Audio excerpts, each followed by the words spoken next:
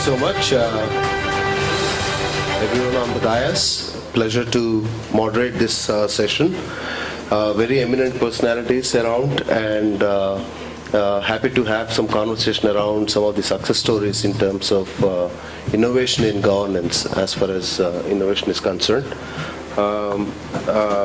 Would like to just set the context out here when we talk about innovation in governance. Is it from a technology standpoint, or is it more on the governance side of it from a physical governance standpoint?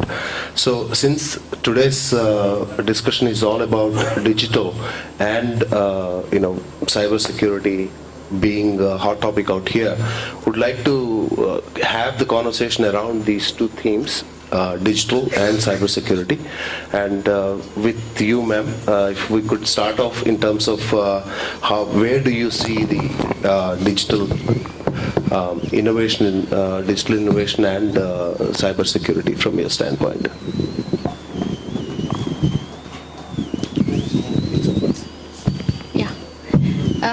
Thank you for having me here on this panel. It's my honor to be a part of a panel where we're really discussing matters of national importance. And both the cyber world as well as the cybersecurity today is a center stage discussion world over, and so in the United Nations.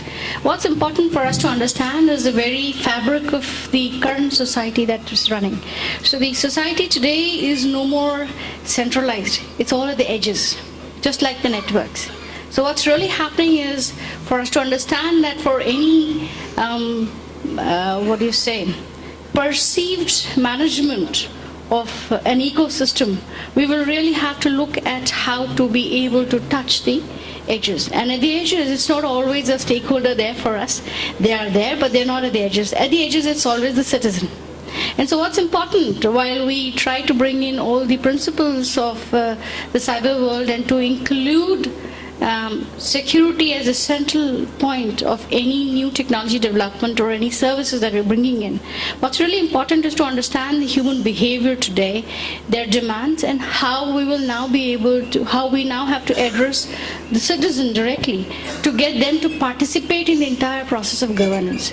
Because while at the government level and at all the stakeholders level, we may have awareness campaigns, we may have all the do's and don'ts, but if they're not fully understood and apprehended by our most important partners, the citizens, and to a large extent, media, we may always fall short of being able to serve the very purpose that we are bringing in.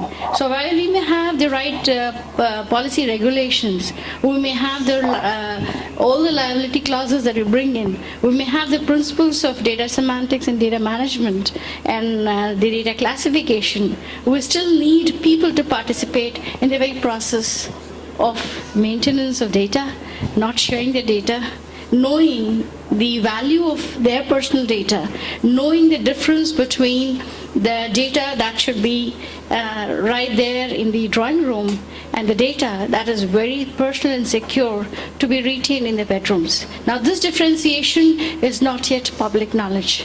And so each time that any of us are talking to or bringing out new products, whoever be it, or the government services that we bring out, it's really important that we start to be able to give the right definitions and classifications for the public, general public also, and so as to the service providers. I think I'll stop here and maybe we'll take a look. Yeah, we'll carry the conversation.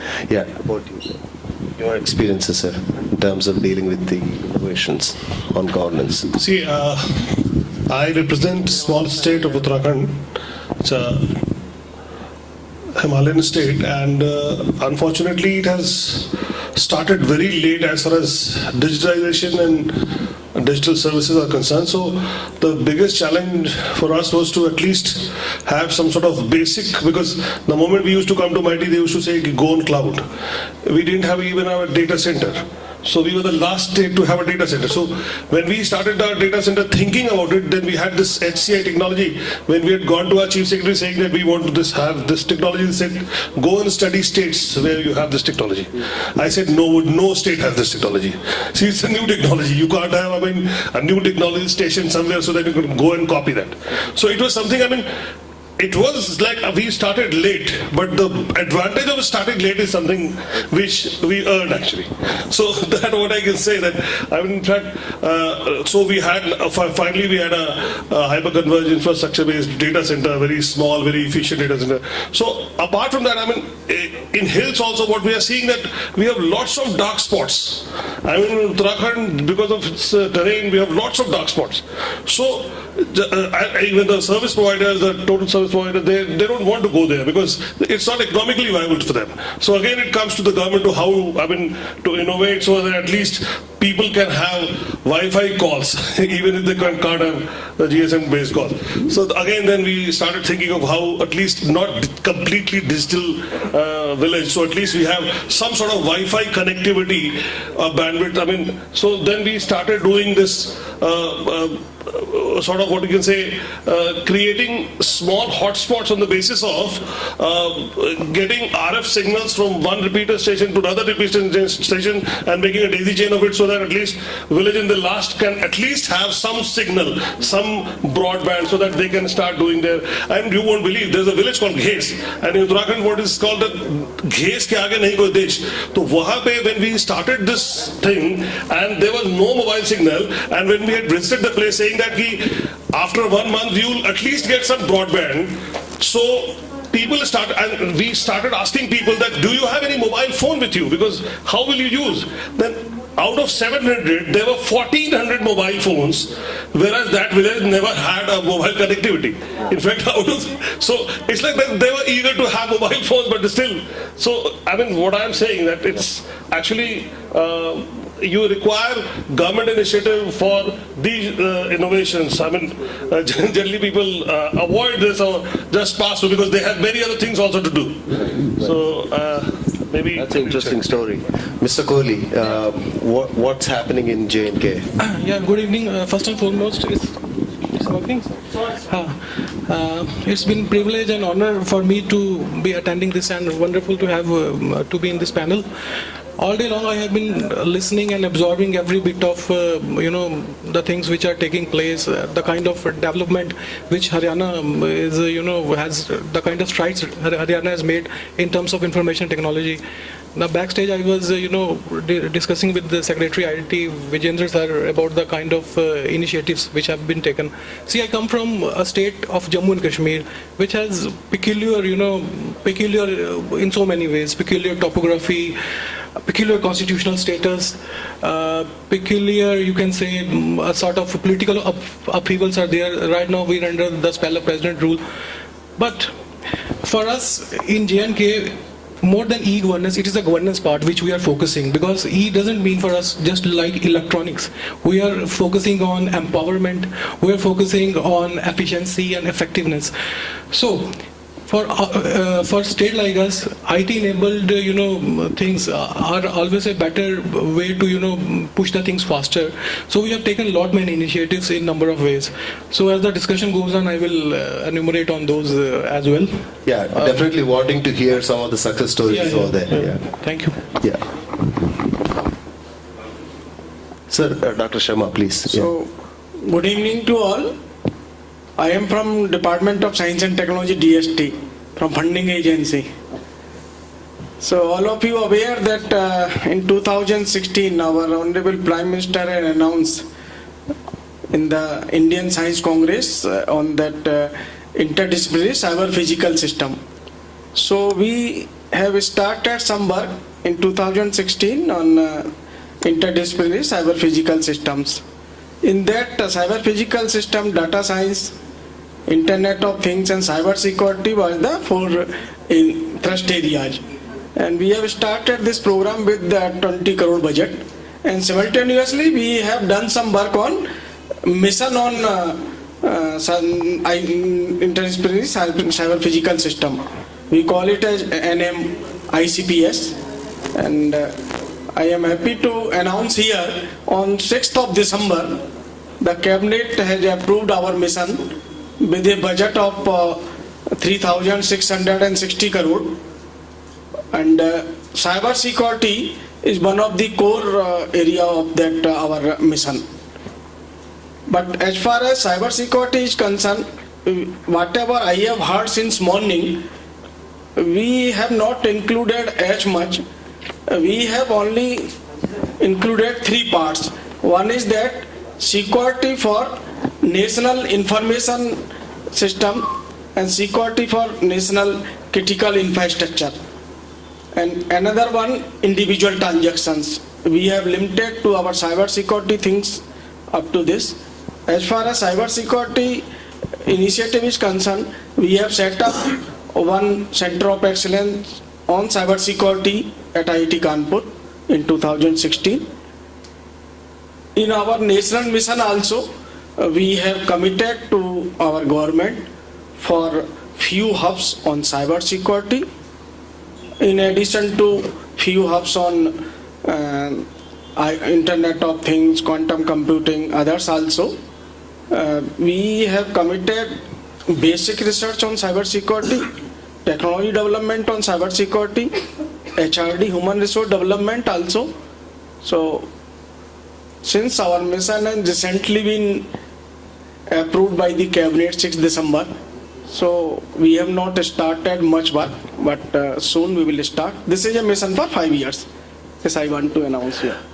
Sir, all the three areas you mentioned, the national information systems, the critical security for infrastructure. national critical infrastructure, security for national information infrastructure, and individual Individual transactions. That covers a whole gamut of data-related activities that happen in the country. Right, so that's a great initiative. Right. Happy to hear that, sir. And we have committed, we are planning to fund some startups from our program also. And I have heard in the Harton, they have the hub. We will also planning to set up one hub in Haryana on cyber security things, on like a mini ministry on cyber security. But recently been approved, so it will take some time. Sure. Thank you.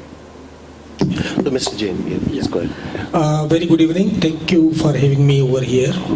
So I come from National E-Governance Division, Ministry of Electronics and IT, which basically is responsible for helping ministry in developing appropriate policies, frameworks, building capacity within government and in associated offices or implementation partner of the government. So innovation we see from the perspective of policies, framework and institution and capacity building, of course. You see, e-governance has witnessed radical changes, especially since 2015. And then e-governance is trying to keep pace with the technology.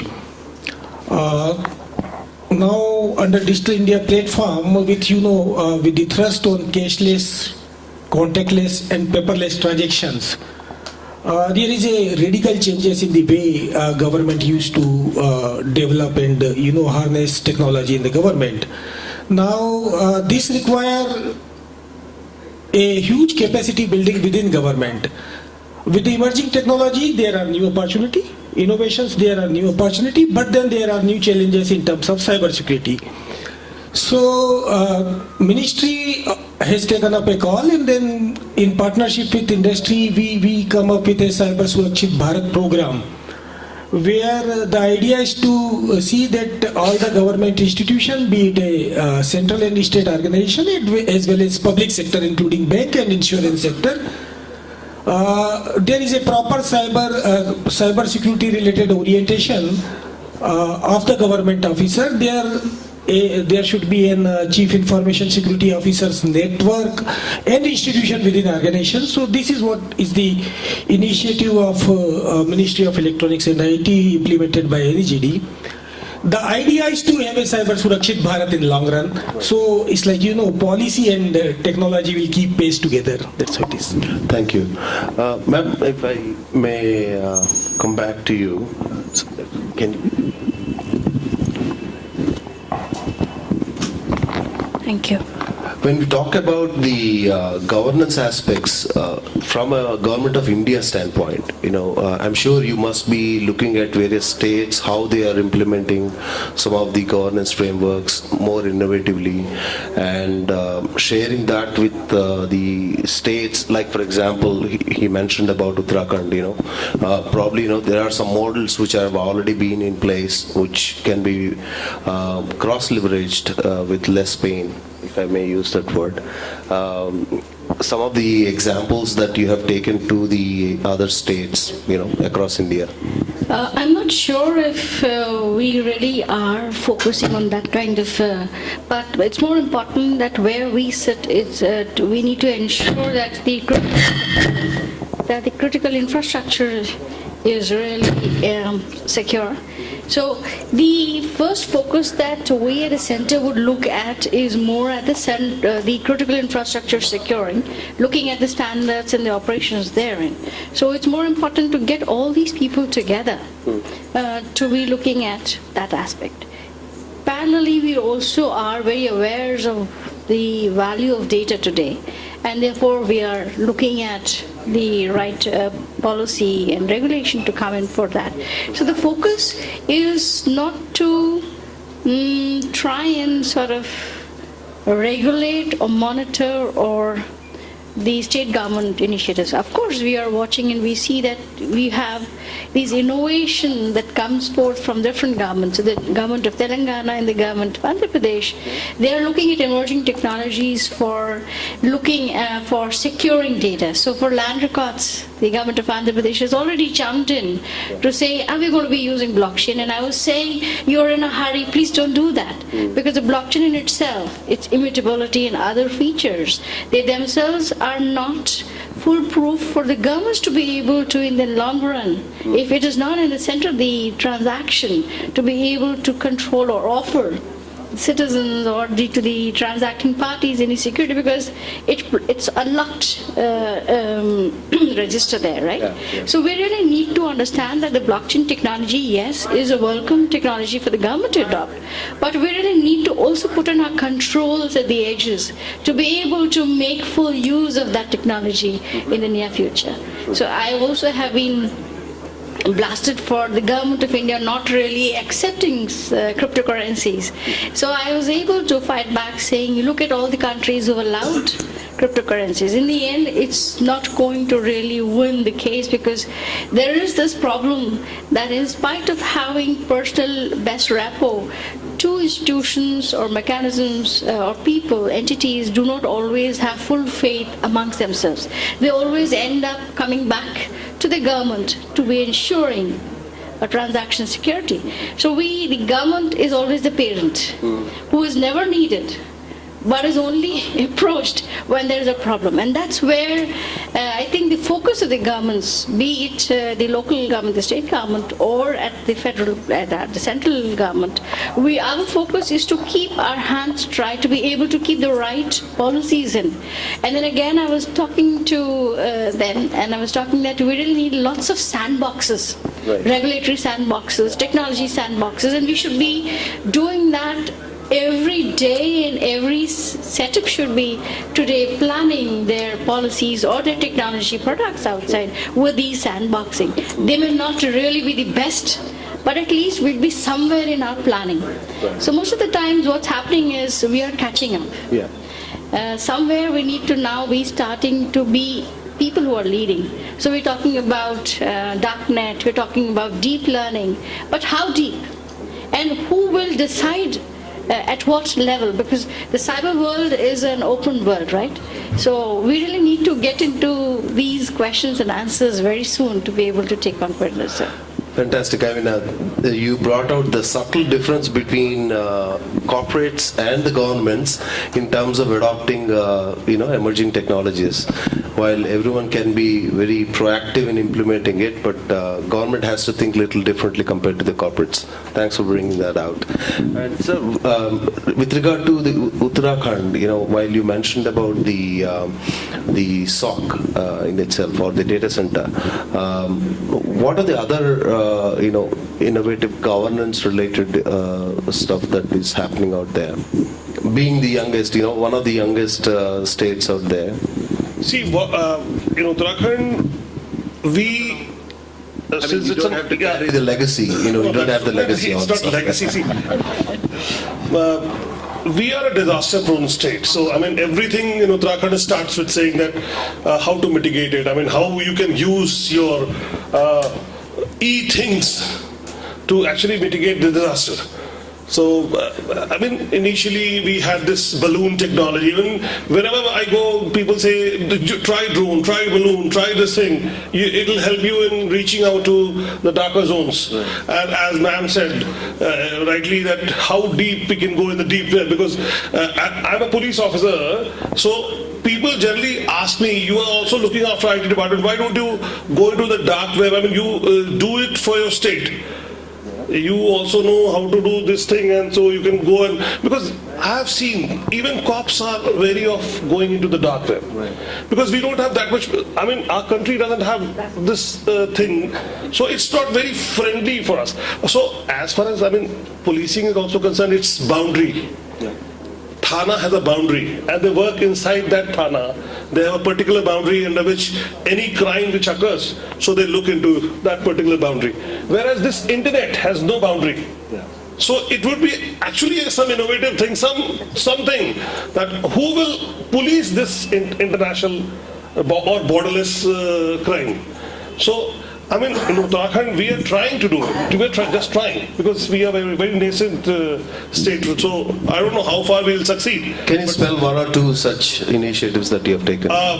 We have started our drone application training center. See, we had this, our drone policy came out in August. We started this drone training center in July. Because we decided that yes, we are a disaster-prone state, we have to have a drone application center, because any day there is a bus accident, bus goes into the ditch, and it's a 300 feet deep gorge, and people are going in there, we have to send supplies. So then we thought that better we should use drone. And it's like, there are roads, people will start walking, even if you don't make RT Act. People will walk, people will drive cars. So the regulation part always comes after, when it starts getting used. So we have started this drone application training center with the help of NTRO. So we have established a drone application center, training center in Uttarakhand with the help of NTRO, and in which we are continuously giving training for drone flying as well as for application of the data taken by the drones. So we are trying it. It's a new initiative which we have started. Otherwise in public we are doing it. And we are also thinking of having, promoting it in many other manners also. Fantastic. Good to hear that.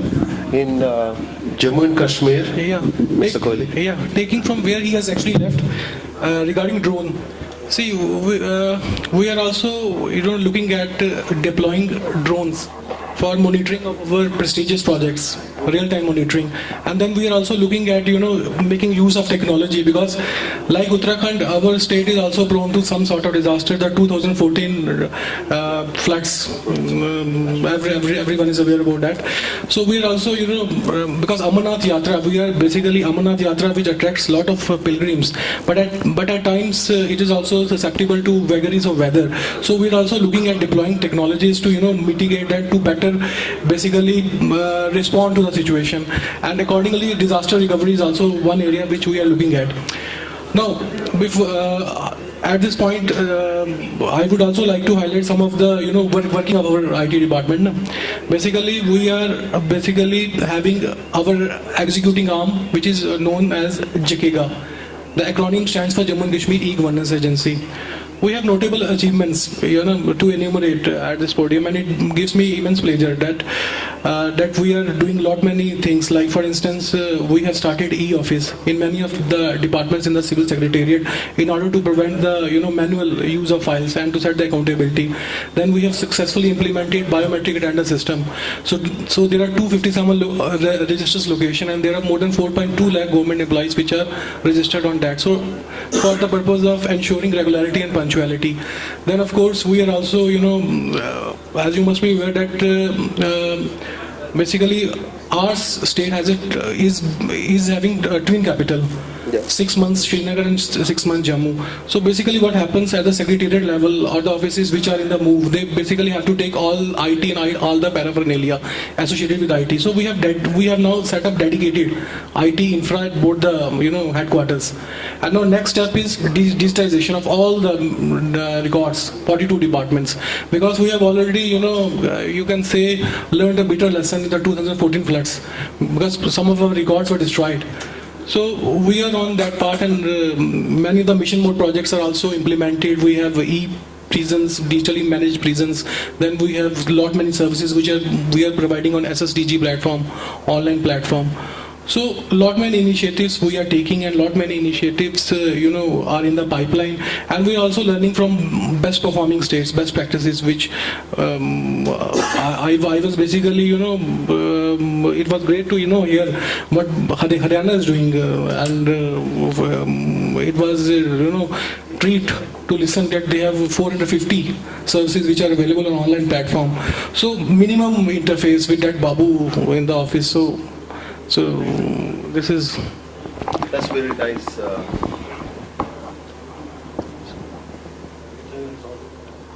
It's good to know some of the initiatives that you have taken at the state level. Since I come from Andhra Pradesh government, I've been an industry guy for 22 years before taking up this responsibility at the government of Andhra Pradesh. So I understand the technology landscape and the industry per se. But looking at some of the things that Andhra Pradesh government has already done is quite impressive, and probably you should visit AP. We'll be more than happy to host you. You can see quite a few things that have happened over there. First and foremost, the government has very early recognized that technology is essential for inclusive development of the people and the state. So that was a basic, tenet, I would say.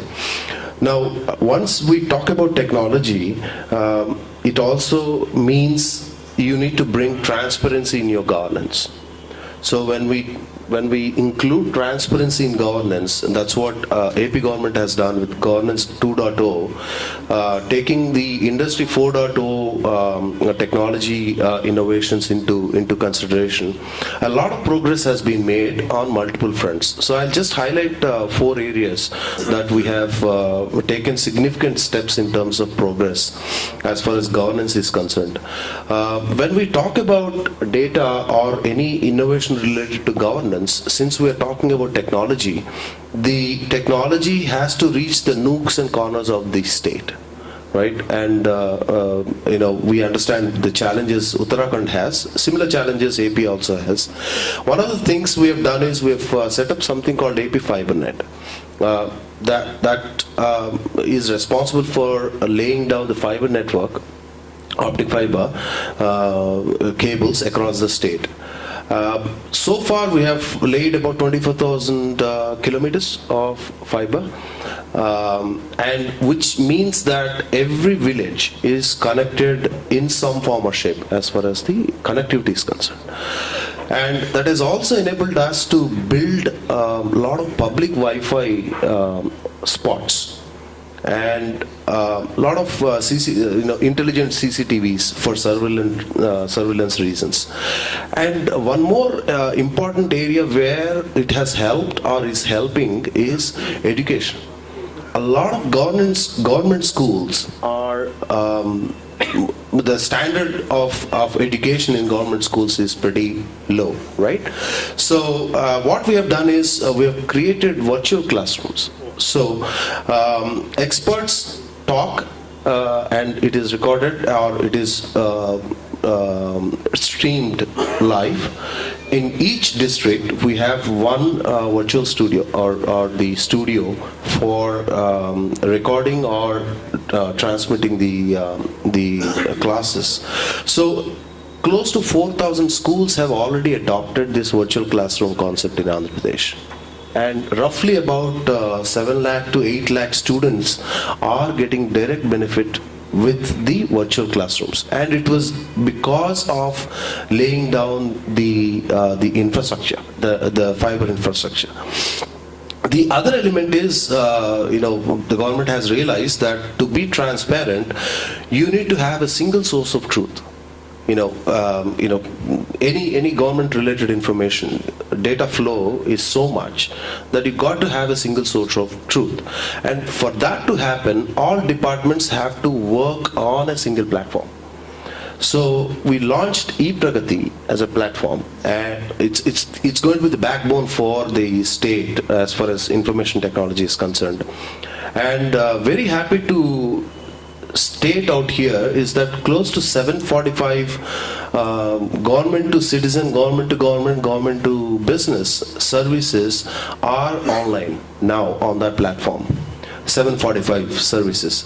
33 departments are on the platform, and it is API driven. So any government to other party, whether it is business, consumer, or citizen, or another government entity, including the central government, you can basically have the APIs and just connect to the system, and then you are on. You get the information. And the government is also open to sharing the data that is there on the platform with some of the startups or innovative organizations to do mining, data mining, and work on some use cases that can help the government or the citizens of the state. Yeah, yes, of course. It's going to be a sandbox kind of, right? And while you have all this infrastructure, it also requires a lot of emphasis has been put around real-time governance. So when we talk about technology, and the governance we are talking of, we have something called CM dashboard, and it is appreciated by the likes of Tony Blair. Recently, Niti Aayog praised it as one of the replicable best practices as far as governance is concerned. Why? Because it has those components. The dashboard, if you see, shows you the water availability, the quality of water, weather patterns, and some of the other citizen-centric services that are being provided on real-time basis. We have something called 1100 number, and it's to record the citizens' grievances, and it is on CM's dashboard, and it should have very little bit percentage of not attending to the grievances. So it has to be 95% or above. And because CM is watching, it's not just because CM is watching, it's because the department is ranked. Any department which has red or amber is going to be reviewed. So, there is a certain competition within the departments to actually trump it, right? So that's innovative in terms of governance, and the dashboard can be viewed on any platform, and more importantly, on the cybersecurity side, one of its kind cybersecurity operations center has been started in Vijayawada. It's, I think, one of the very few governments across the globe which has adopted that, let alone India. I'm talking about. I think you should visit to believe what has happened in Andhra Pradesh, and there are quite a few success stories out there in terms of governance and policy making. So a lot of policies that we talk about, Mr. Jain, a lot of studies have been done, and quite a few changes have been done to the policies, and we want to be seen as an agile state which can adopt technology at laser space, but at the same time take a stock of it when required. So one thing that you all have done is to also look at the availability of the right skill set. Yeah. And that's where you have led this innovation to that extent in terms of not just governance, but also the adoption of technology into not just governance, but also the ecosystem in itself. So that's one thing that you all have focused on. And that's a focus that the other state governments now will have to start picking up, because the most core of technology adoption and its exact implementation will always be people. And once you have that in place, then you can get the role model of the citizens, the e-citizens, to really come about. So that's what has been achieved by, to a large extent in your government, and I congratulate the government for that. Thank you. And so, but we also have, luckily, some other examples, like the Chhattisgarh, like J&K, like Uttarakhand, and there are so many others that till 2008, we used to bring out an e-readiness report. And that was a competitive model, because we used to have discussions as to why a certain state, a smaller state, has suddenly come up on the readiness index. And that was because the Chhattisgarh government, which had just come up new, was able to implement, adopt the technology model and have all its data sets in the right places. So when they gave us the information back, they were placed highly ranked. I mean, they were able to come parallel to the government of Gujarat, to the government of Karnataka, to the government of Andhra Pradesh, which sprung a surprise upon us.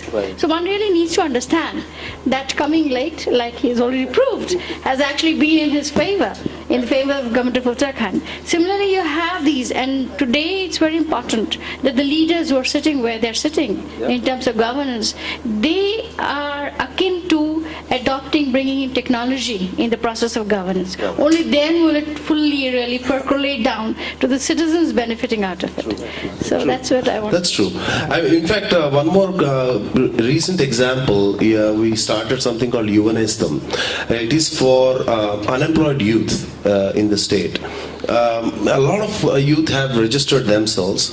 What the database has given us is a treasure trove in terms of skills that people possess, new ideas, and in fact we are asking corporates to come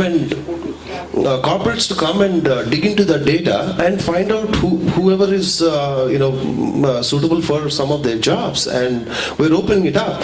And also it has given an opportunity to bridge the skill gap.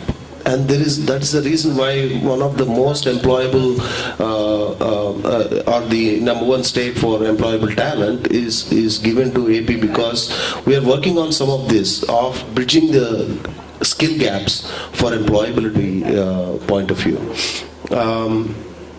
How much more time do we have? Do you know? I lost count of it. It's an interesting conversation. Sorry?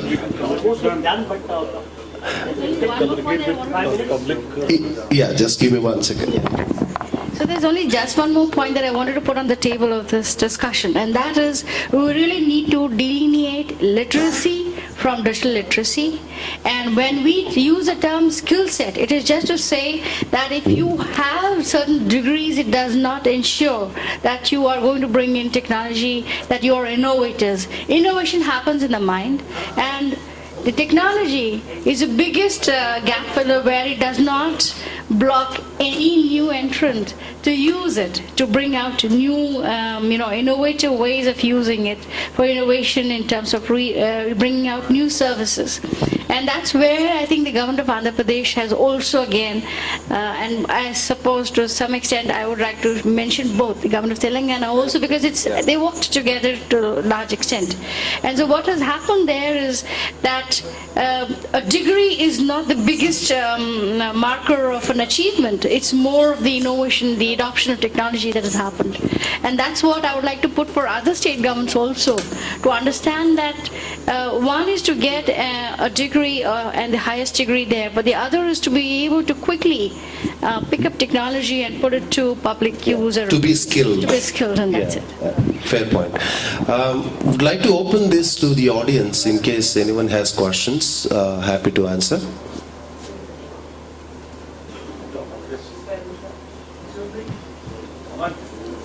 Just a question that is AP government looking at helping other states to learn how is government successful? The reason why I'm here is because of that. Very, more than happy. And that's why I said, we'll be more than happy to host you, anyone. Come over, you can explore what is there, and whatever best practices, please pick, and we'll be more than happy to work with you to implement it in your state. There's no competition out here. One question, please. Yeah, please. Okay. And just announce your name and where you come from, and whose this question is for. My name is Amit Beniwal. I belong to Haryana State and working in ISMO group. And my question is with Tulika Pandey ma'am. I know you are doing research in cryptocurrencies and all this thing for Government of India.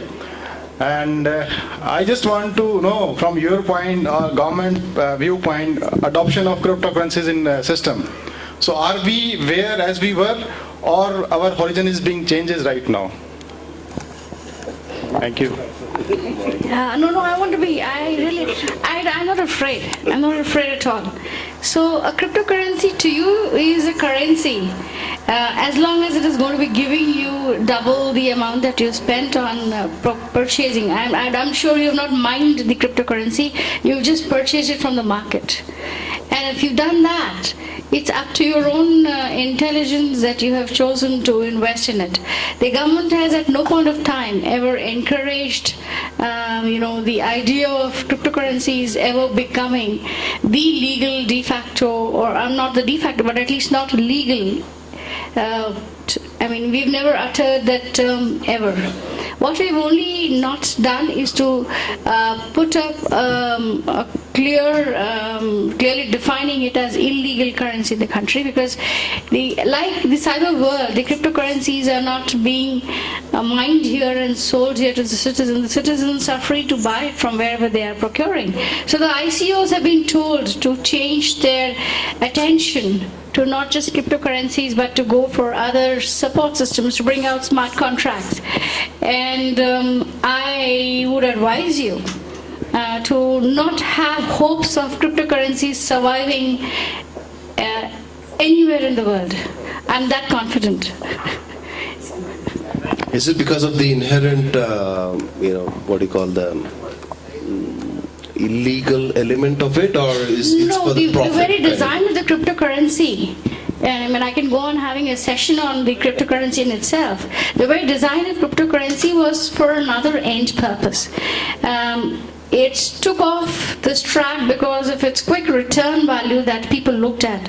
But the end purpose, the actual purpose of the cryptocurrencies for which it had been brought out was from Satori, was a very different, it was a very social purpose that he wanted to bring in. And I'm sure that the cryptocurrencies, if ever they exist, they will be existing for that very end purpose. It will not be for a market value that today you look at. Any more questions, or we can close? All right. Thank you very much, everyone. It was a very engaging conversation out here. Yeah.